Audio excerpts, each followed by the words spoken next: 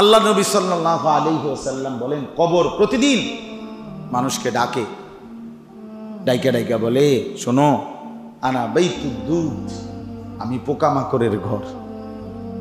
পোকামাকড় তো বড় নিকৃষ্টভাবে তার রুহুটা তার শরীর থেকে ছিঁড়ে ভিড়ে ফেরেশতা নিয়ে আসে। আর নিকৃষ্ট বান্দাদের নাম লেখা হবে, কবরে এনে 3টা প্রশ্ন করলে একটার উত্তর দিতে পারবে না। নতুন জামাই যেমনি ঘুমায় বাসর ঘরে, এমনি ঘুমায়। আপনাকে আপনার প্রিয়তম ছাড়া বাসর ঘরে যেমন কেউ উঠায় না, আপনাকে আপনার প্রিয়তম মহান আল্লাহ ছাড়া হাসরের ময়দানের মাঠ কায়েম হওয়ার আগে আর কেউ উঠাবে না, আর কেউ ডিস্টার্ব করবে, আর কেউ ডিস্টার্ব করবে। এই হলো নেককারের খবর। হাদিসের মধ্যে আমরা পড়ছি, এই নেককার ব্যক্তি জান্নাতের আরামের মধ্যে যখন ঘুমাবে কবরে, তো যখন হাসরের মাঠ কায়েম হবে, তো আল্লাহর ফেরেশতা এসে তাকে উঠাবে। ভাই সাহেব উঠেন, হাসরের মাঠ কায়েম হয়েছে। তো হাদিসের মধ্যে আছে, এই নেককার ব্যক্তি চোখ মুছতে মুছতে তাকাইয়েই দেখবে বিকাল টাইম, সন্ধ্যার কাছাকাছি সময়। অর্থ হইল, সে মনে ভাববে যে আমি জোহরের নামাজ পড়ে খাইয়া দাইয়া একটু শুইছিলাম, এখন সূর্য ডুবার কাছাকাছি। এই অবস্থা হবে তার সামনে, তখন দিন আলোটা। আল্লাহ নবী সাল্লাল্লাহু আলাইহি ওয়াসাল্লাম বলেন, সাথে সাথে এই নেককার লোক ওই ফেরেশতাকে বলবে, যিনি ডাক দিতে আসছে, ওনারে বলবে, দাউনি উসাল্লি। বেড়া, হাসরের মাঠ কায়েম, রাখো তোমার হাসরের মাঠ, ওযুর পানি দাও, আমি আসরের নামাজ পড়বো বেটা, এখন আমি নামাজের টাইমে আমার এখন। একবারে সরাসরি হাদিসে সে বলবে, আমার আসরের টাইম, উসাল্লি, আরে আমি নামাজ পড়বো মিয়া, হাসরের মাঠে ফরে নিও, তুমি দাঁড়াও, আমার ওযুর পানি দাও, ওযু করবো, আমি নামাজ পড়বো। জিন্দিগি ভর যে আল্লাহ তাআলাকে হুকুমের উপরে ছিল, আল্লাহ তাআলা হাসরের ময়দানে উঠবার দিনও আল্লাহর বন্দিগির কথা তারে ভুলাবে না। আমার বান্দা, তুমি তো আমারই নিয়েই ছিলা, আমারই নিয়েই ছিল। হাদিসের মধ্যে আছে, আল্লাহ নবী সাল্লাল্লাহু আলাইহি ওয়াসাল্লাম বলেন, নাফরমান যখন আপনার মৃত্যুর মুখোমুখি হয়, আল্লাহ নবী সাল্লাল্লাহু আলাইহি ওয়াসাল্লাম বলেন, কোন আটার মধ্যে, আটার কাই, এটার মধ্যে যদি কোনো লোহার আংটা দিয়া, এরকম 4 মাথাওয়ালা আংটা দিয়া যদি চাপ দিয়া এটার থেকে আপনার টাইনা উঠায়, তাইলে যেরকম আটা বিভিন্ন সিরাবিরা অংশ এটার মধ্যে লাগবে কিনা, আর কিছু আটা তো থাইকেই যাবে। মনে করেন এটা আটার কাই বোঝেননি, গীতা কোন কাই, তো এইটার মধ্যে একটা, ওই সহজে বুঝবেন, নৌকা জাহাজের নোঙ্গরে, এটা এরকম লোহার ইয়াওয়ালা না, আংটাওয়ালা না, কতটি, তো এইটারে যদি এটার মধ্যে চাপ দিয়া টান মারে বা উঠায়, তাহলে ওইখান থেকে সিরা আটার কায়ের অংশ এটার মধ্যে লাগবে কিনা। নবী সাল্লাল্লাহু আলাইহি ওয়াসাল্লাম বলেন, নাফরমানের শরীর থেকে রুহুটা এইভাবে ফেরেশতা, এ মনে হবে যেন আংটা মারছে, নঙ্গ মাইরা টান মারছে, তো শরীরের ভেতর থেকে ছিঁড়া ভিড়া তার রুহুটা বের হয়ে যায়। এই নবীজি এই উদাহরণটা দিয়েছে, মনে হবে যেন আটার কাইয়ের ভেতর থেকে ছিঁড়া নাফরমানের রুহু বের হবে। আসমানের দিকে তুলতে চাইবে ফেরেশতা, আসমান থেকে ফিরিয়ে দেবে, 7 তবক জমিনের নিচে পৌঁছায় দিবে। এরপরে সেখানে আল্লাহর নিকৃষ্ট বান্দাদের যে লিস্টি সিজ্জিন, তো সেখানে এই নাফরমানের নামও উঠাবে, উঠাই আবার তাকে তার কবরে আনা হবে। আইনা ফেরেশতারা এবার তাকে এই 3টি প্রশ্ন জিজ্ঞেস করবে। আবার সে 3 প্রশ্নেই বলবে হা হা লাদ, হায় হায় আমি জানি না, আমি তো কিছুই বলতে পারতেছি না। তোমার রব কে? না আমি তো জানি না, আমার তো কোনো রব ছিল না, আমার তো যখন যা মন চাইছে আমি তাই করছি, আমার আবার রব কি? আমার রব আমার খোদা আমার নফস, আমার মনের চাই। কোরআন কারীমের মধ্যে আছে আফরাআইতা মান ইত্তাখাযা ইলাহাহু হাওয়া। আল্লাহ তাআলা বলেন, বন্ধু দেখবেন অনেক লোক আছে এমন যাদের মনের চাহিদা, মনের ইচ্ছা এটাই তার খোদা, এটাই তার খোদা। যেটা মন চায় এটাই করে, যেটা মন চায়। কি হালাল কি হারাম, কি জায়েজ কি না জায়েজ, কি বৈধ কি অবৈধ, কিচ্ছুর কোনো বাস বিচার, মরবে এই কোনো চিন্তা। অনেক নওজোয়ান তাদেরও জিন্দেগি এরকম, গুনাহ করতে করতে শরীর দেহ মন ফসায় গেছে।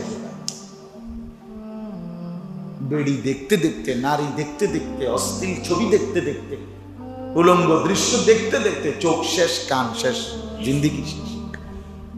আর মাঝ বয়সী লোক হারাম খাইতে খাইতে, সুদের টাকা, ঘুষের টাকা, বাটফারির টাকা, মিথ্যার টাকা ওজনে কম দিয়া এই সিটারি মিশা কথা কইতে কইতে শরীরটা ফসায় রয়েছে। শরীরটা ফসায়, হাসতে হাসতে মিশা কথা কয়, ঠান্ডা মাথায় বুঝতে শুনি না সুদের টাকা নেই। গাদ্দার কেমন, এটা যে অন্যায়, এটা যে পাপ, এটা যে আল্লাহর নিষেধ, এইটাও ভাবে না, এইটাও ভাবে না। কি আশ্চর্য মানুষ! মানুষ এত বড় মুতাকাব্বির হয় কিভাবে, অহংকারী হয় কিভাবে? আল্লাহ নবী সাল্লাল্লাহু আলাইহি ওয়াসাল্লাম বলেন, হকের বিপরীত মানে কোরআন সুন্নাহর আলোকে যেটা হক, সঠিক, সহিহ, এর উল্টো যে করে সেই অহংকার। বাতারুল হক, অহংকার। আলাইসা ফি জাহান্নামা মাসওয়াল লিল মুতাকাব্বিরিন।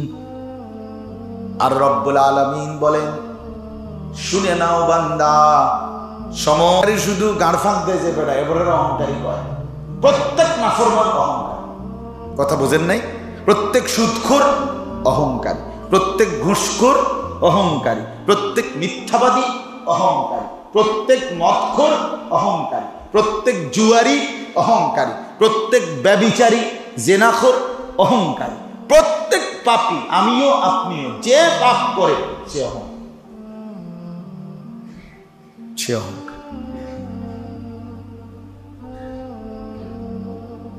তো বড় নিকৃষ্ট ভাবে তার রুহটা তার শরীর থেকে ছিঁড়ে ভিড়ে ফেরেশতা নিয়ে আসে। আর নিকৃষ্ট বান্দাদের নামে নাম লেখা হবে, কবরে এনে 3টা প্রশ্ন করলে একটার উত্তর দিতে পারবে না। এই তখন পরিষ্কার হাদিস, আল্লাহ নবী সাল্লাল্লাহু আলাইহি সাল্লাম বলেন, আল্লাহ তাআলা তখন বলবে, কাযাবা আব্দি, আমার বান্দা মিথ্যা বলছে। আমার বান্দা কি বলেছে? মিথ্যা বলেছে। এনে মজার বিষয় শুনেন, এই কথার মানে কি? এই কথার মানে হলো আল্লাহ তাআলা বলবেন, ওই এখানে ভান ধরছে, ওই বলতেছে সে জানে না রবকে, সে জানে না দিন কি, সে জানে না ইনি কে, নবীকে চিনে না, জানে না। আল্লাহ বলে, না, এটা তো হইতে পারে না। আমি তো তার কানের মধ্যে 1,000,000বার আমার নাম শুনাইছি, আমি তো তার কানে 1,000,000বার ইসলামের আহ্বান পৌঁছাইছি, আমি তো তার কানে 1,000,000বার আমার রসুলের নাম পৌঁছাইছি। ওনাকে না চিনার, ইসলামকে না চিনার আমি আল্লাহকে না চিনার তো কোনো কারণ হইতে পারে না। হেঁটে দিয়ে অঙ্ক আমি চিনি না, আমি জানি না। আল্লাহ তাআলা বলে বাটফার জীবনভর বাটফারি করতে করতে এখনো মিথ্যা বলতেছে। বুঝছেন না? আমি অর্থাৎ সে বাস্তবিক অর্থেই চেনে না ব্যাপারটা কি এমন।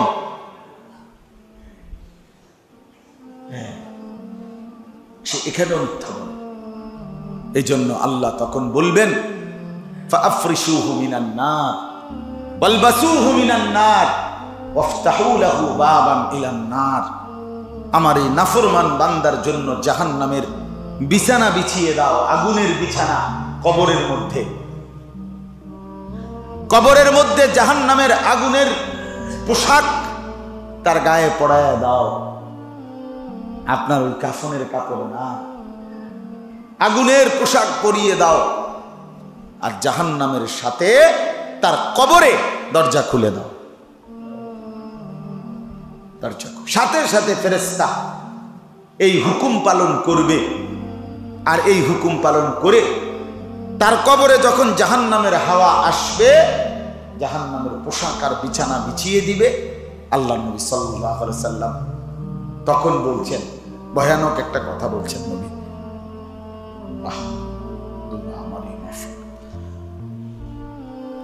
আল্লাহ নবী সাল্লাল্লাহু আলাইহি সাল্লাম বলছে, একটু আগে তো বলছে যে বান্দা নেককার প্রশ্নের জবাব দিতে পারছিল তার কবরটা কি হয়েছিল? প্রশস্ত হয়েছিল। কত হাত? 70 হাত প্রশস্ত হয়েছে। কিন্তু এখন এই নাফরমানের কবর কি হবে? আল্লাহ নবী সাল্লাল্লাহু আলাইহি ওয়াসাল্লাম বলেন, কবরের মাটি তারে এমন জোরে একটা চাপ দিবে হাত্তা তাখতালিফা আদলাউহু, তার ডান দিকের হাড্ডি পাঁজর বাম দিকের গুলো ডান দিকে চুরমার হয়। খালাস। কি ভাবছিস নাফরমান? কি ভাবছিস? কি দুনিয়া ভোগ করার জন্য মিথ্যা বললি? দুনিয়া কি ভোগ করলি? কি দুনিয়া ভোগ করলা? কি দুনিয়া? আল্লাহ যদি সুস্থ স্বাভাবিক না রাখে, কই অর্থ বিত্ত টাকা সম্পদ ক্ষমতা মানুষের নিরাপত্তা দেয়? কথা বলেন না কেন? তো কই দিল? কই দিল? কই অর্থ বিত্ত ক্ষমতা এটাই যদি নিরাপত্তা দিত তো ভাগলো কেন? কথা বলেন না কেন? ভাগলো কেন? বাকিগুলো ভাগতেছে কেন? হ্যাঁ, 14 গোষ্ঠী ভাগ্যে গেল কেন? আল্লাহ তাআলা প্রমাণ করছেন, বান্দা তুমি ভুল বুঝছো। ক্ষমতা টাকা এটা মূল বিষয় না বান্দা। আমি যদি স্বাভাবিক রাখি, বাঁচতে দেই, সুখে থাকতে দেই, আমি যদি নিরাপদ রাখি তাইলেই নিরাপদ, নাইলে 2 পয়সার বেল নাই বেটা তোর। বেটা তোর ক্ষমতা, তোর অহংকার, তোর মাতব্বরি, তোর বড়াই, তোর গর্বে আমি আল্লাহর সামনে কানা করি, কোনো মূল্য নাই। আছে কোনো মূল্য? না না, কোনো মূল্য নাই, কোনো মূল্য নাই। আগে ছোটবেলায় শুনতাম টাকা থাকলে বাঘের চোখ পাওয়া যায়। বাঘের চোখ কই পাওয়া যায়? টাকা সহজে যারা খায়, টাকা শুদ্ধ তারা খেয়েছে, তো বাঘের চোখ পাইল না। কি ব্যাপারটা কি? টাকা থাকলে না বলে বাঘের চোখ পাওয়া যায়? টাকার জন্য তো পাগল হয়ে আছেন, আমিও আপনিও। পারেন না দুনিয়া সিরা খাইয়া লাইবেন। টাকাই সমাধান দিবে, টাকাই নিরাপত্তা দিবে। কই নিরাপত্তা দিল? কই বলে আল্লাহ তাআলা। আর কেমনে দেখাইলে আমরা বুঝতাম? আর কি দেখাইলে আমরা বুঝতাম? আর কেমনে দেখাইলে আমরা বুঝতাম যে দুনিয়া নিয়া অহংকার করতে নাই, ক্ষমতা নিয়া অহংকার করতে নাই। ব্যক্তি হোক, দল হোক, একজন হোক, দল হোক, কেহই দুনিয়ার কোনো ক্ষমতা, প্রভাব, প্রতিপত্তি, শরীর, স্বাস্থ্য, যৌবন নিয়ে অহংকার করতে নাই। এটাই বাস্তব। আল্লাহ তাআলা কোরআন কারীমে বলছেন, আওয়ালাম ইয়ালাম আন্নাল্লাহা কাদ আহলাকা মিন ক্বাবলিহি মিনাল কুরুনি মান হুয়া আশাদ্দু মিনহু কুওয়াতান ওয়া আকসারু জামআ। আল্লাহ তাআলা বলেন, বান্দা তুমি জানো, অহংকার করো না। আল্লাহ বান্দাকে বলছে, বান্দা অহংকার করো না, বললাম তুমি জানো না আমি আল্লাহ তোমার আগে সম্পদেও বেশি ছিল, শক্তিতেও বেশি ছিল, এমন অসংখ্য ব্যক্তি না শুধু জাতিকে গোটা আমি শেষ করে দিই। তুমি কার লোকে মাতবরি করো? কথা বোঝেন? তুই কার, তুমি কি তা? ফেরাউনের মতো ব্যাটারে হতায় রাখছি আমি, নমরুদের মতো ব্যাটারে হতায় লাইছি, কওমে নূহ, কওমে লূত, কওমে সামুদ, কওমে শুআইব, একটা আসার দিছি, শেষ করে দিছি আমি আল্লাহ। তুমি কে? অহংকার করো, মাতব্বরি করো। এই জন্য বাপ তো ওই ব্যক্তি তখন এই যতদিন পর্যন্ত হাসরের মাঠ কায়েম না হবে ততদিন পর্যন্ত আল্লাহ তো সিদ্ধান্ত দিয়েই দিল, এবার তার কবরের মধ্যে আযাব চলতেই থাকে। বিষধর সাপ, বিচ্ছু, অন্ধকার ঘর কামড়াইতেই থাকে। নবীজি সাল্লাল্লাহু আলাইহি ওয়াসাল্লাম বলছেন, আমি বহুদিন আপনাদের এই বয়ানে আমাদের এখানে আমি বলছি, আল্লাহ নবী সাল্লাল্লাহু আলাইহি ওয়াসাল্লাম বলেন, কবর প্রতিদিন মানুষকে ডাকে, ডাইকা ডাইকা বলে, শোনো, আনা বাইতুদ দুদ, আমি পোকামাকড়ের ঘর। পোকামাকড়। আমি হাসতে হাসতে বলতেছিলাম, মাস্টার সাহেব ওই দিন মনে নাই কি চমৎকার লাইটিং করছেন, তো উপরে লাশের একটা ঘর বানাবে নিয়ত করছে এসিওয়ালা, কিন্তু কবরের ভিতরে লাইটের ব্যবস্থা করবে কে? কবরের ভিতরে এসির ব্যবস্থা করবে কে? এটা আপনারা পারবেন না। এটা আপনারা আরো টাকা দিলেও কি, আপনারা কালেকশন 7 লাখ না 7 কোটি টাকা কালেকশন করলেও আপনারা কবরের ভেতরে বাতিও জ্বালাইতে পারবেন না। কবরের গরম তীব্র হাওয়া ঠান্ডাও করতে, কবরের ওইখানে মাটি জ্বালাইতে হইলে, ওইখানে আপনাকে ঠান্ডা করতে হলে আপনার সেজদা, আপনার বন্দেগী, আপনার গোলামি ছাড়া আর কিচ্ছু কাজে আসবে না। তো এই লম্বা সময় কবরের মধ্যে পড়ে থাকতে হবে জাহান্নামের আযাবের ভিতরেই। চিন্তা করে দেখেন তো, চিন্তা করে দেখেন।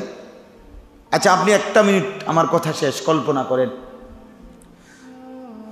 নূহ আলাইহিস সালামের জামানায় যে মানুষগুলো মারা গেছে তারা আজকে কতদিন যাবত কবরে আছে। ইব্রাহিম আলাইহিস সালামের জামানায় যে মানুষগুলো কবরে আছে তারা আজকে কতদিন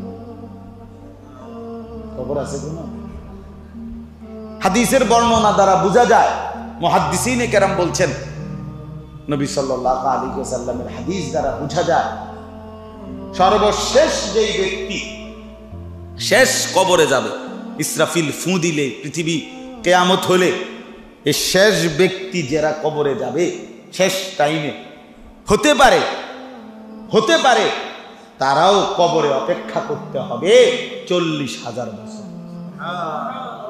তো এখনকার ওয়ালারা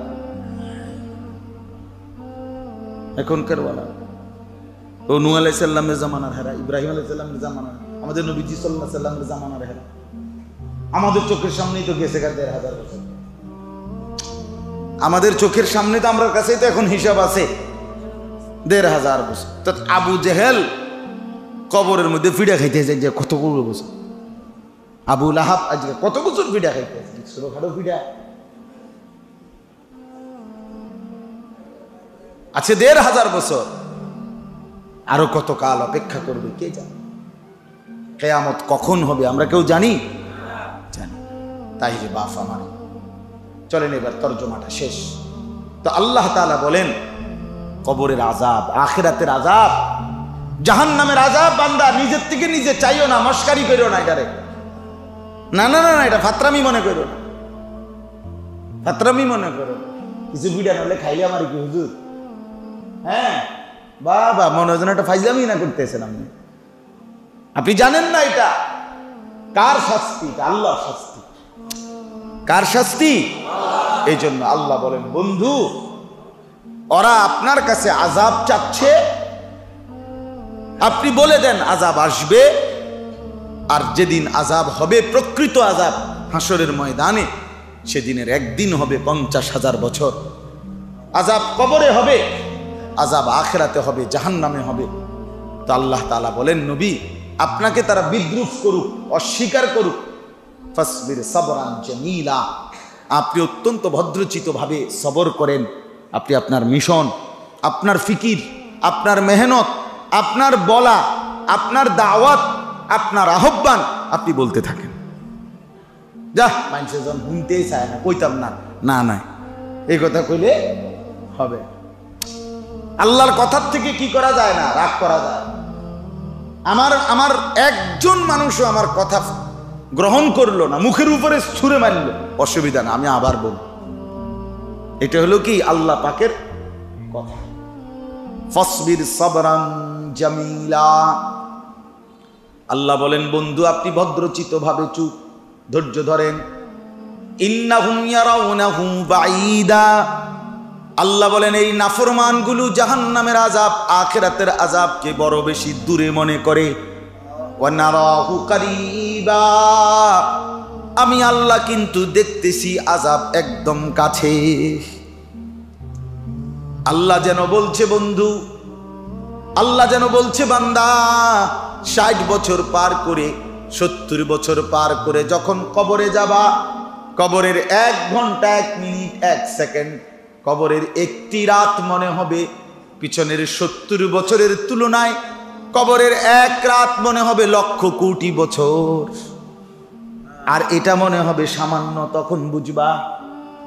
কোরআনে আছে আল্লাহ তাআলা হাসরের ময়দানে নাফরমান আল্লাহর বান্দাকে জিজ্ঞেস করবে, আমার বান্দা দুনিয়ায় কতদিন ছিলা? কয়দিন আছিলা? কবর থেকে যখন হাসরে উঠবে, বান্দা বলবে লাবিথনা ইয়াওমান আও বা'দা ইয়াওম। আল্লাহ দুনিয়াতে ছিলাম হয়তো একদিন, অথবা একদিনের চাইতে কম। হয়তো ছিলাম 24 ঘন্টা, নয়তো ছিলাম 18 ঘন্টা 12 ঘন্টা। আরে কও কি, তুমি না 60 বছর আছিলা?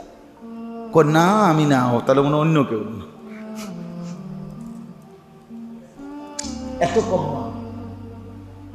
এত কম। 70 বছরের সুখের কথা জাহান্নামের 1 মিনিটের 1 সেকেন্ডের গরম বাতাস বুকে লাগবে। আল্লাহ জিজ্ঞেস করবে, বান্দা 60 বছর তো দুনিয়াতে সুখে কাটাইয়া আসছো না?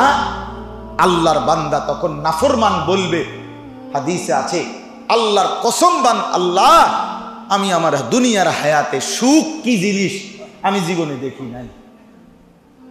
অর্থাৎ জাহান্নামের 1 সেকেন্ডের গরম আযাব তার 60 বছর ভুলাই দিবে, একের ভুলেই যাবে, ভুলেই যাবে। হ্যাঁ, আল্লাহ আমাদেরকে মাফ করে দেন, আল্লাহ আমাদের সবাইকে কবুল করে নেন। অতএব বাবা, এটাই ইনসাফের কথা। আল্লাহ তাআলা বলেন, ওরা মনে করে দূরে, আমি দেখি কাজ।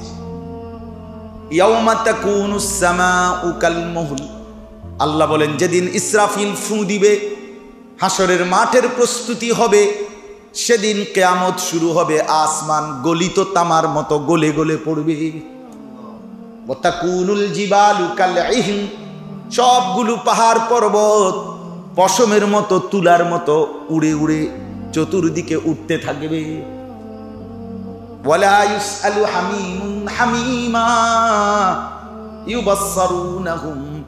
আল্লাহ বলেন, কোন বন্ধু, কোন আপনজন, কোন পরিচিত ব্যক্তি আর অপর বন্ধু, অপর পরিচিত জনকে কিছুই জিজ্ঞেস করবে না। ইউবাসসারুনাহুম, যদিও একে অপরকে দেখতে পাবে। এই কথাটা, শেষ কথাটা বোঝেন, মানে আপনি কি বুঝেন এটা? যে হাসরের ময়দানে আমরারে মনে করেন, আমরারে দাঁড় করাবো ইটালি মানুষের লগে, না বুঝছেননি হিসাবটা? আমারে খাড় করাবো কি লন্ডনের মানুষের লগে? জি না, আর লন্ডনের মানুষের লগে দাঁড়াবো কিতাম, আমি চিনি হ্যাঁ করে, হেরা আমার চিনে, এই আমরার লগে লগে দাঁড়ায়।